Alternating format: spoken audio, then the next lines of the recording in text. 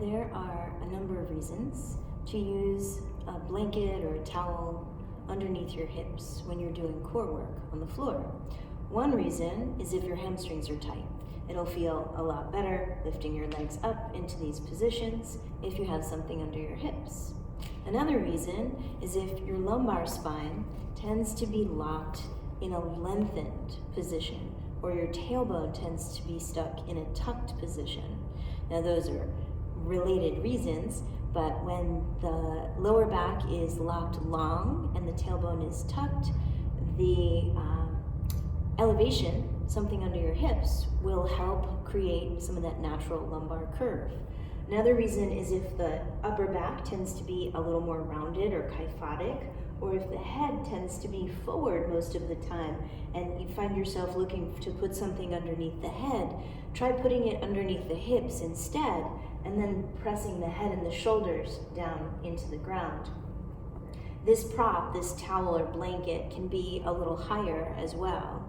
You can even use a block or a small playground-sized Pilates ball, and all of those will offer different challenges. So once you have your prop in place, you'll exhale and engage in between your two sitting bones, those sitting bones that you normally sit on, and in between these two hip points. That's the beginning of your exhale as you brace the core. Continue exhaling and drawing in the upper abdominals as you bring your legs to tabletop.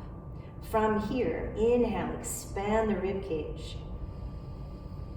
As you exhale again, zip from the bottom to the middle to the top and tap one toe down towards the floor. Inhale, take it up. Exhale again, tap. As you exhale and squeeze all this air out, making sure that you're pulling your abdominals in towards your spine. Inhale, expand. Exhale, compress and move a leg. Inhale, expand. Exhale, compress and move a leg.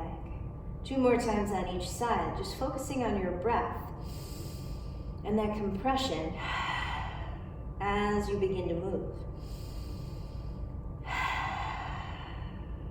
1 more time.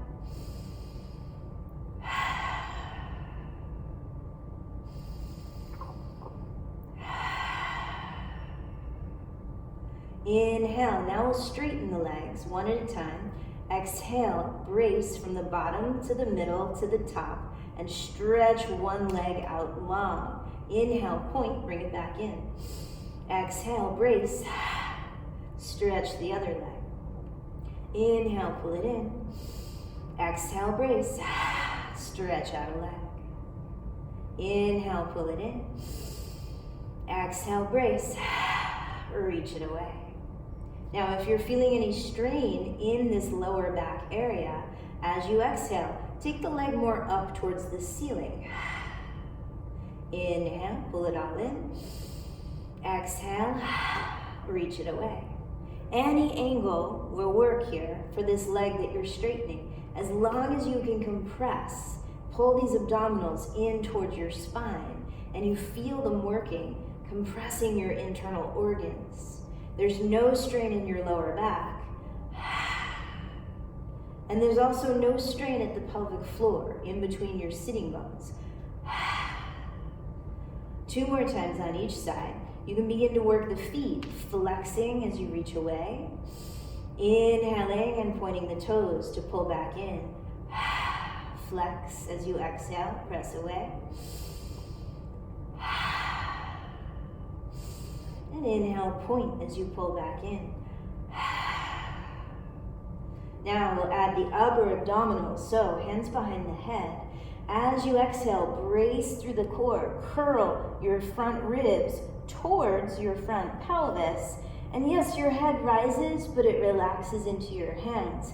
You can even add a little twist now as you take one leg away. Again, the straightening leg can go at any angle, 45 degrees, 90 degrees, all the way up to the ceiling, if that's how the lower back feels best, or closer to the floor, if that challenges your abdominals more, without creating any strain. If you're not ready for the twist, just continue going straight up and down. So you're working these upper abdominals at the same time that you're zipping through those lower abdominals.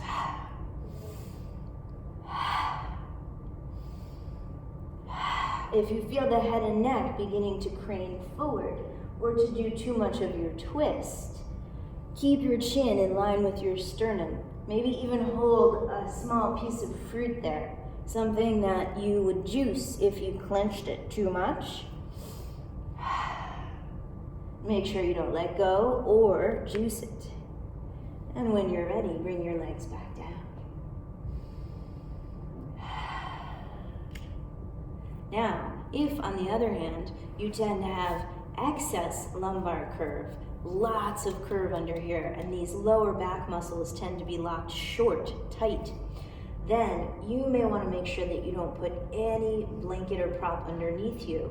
And as long as you don't have reduced bone density like osteoporosis or osteopenia, you can press your low back down closer to the mat as you move through that series. Same movements. Optional lifting up and adding the twist as you grow stronger.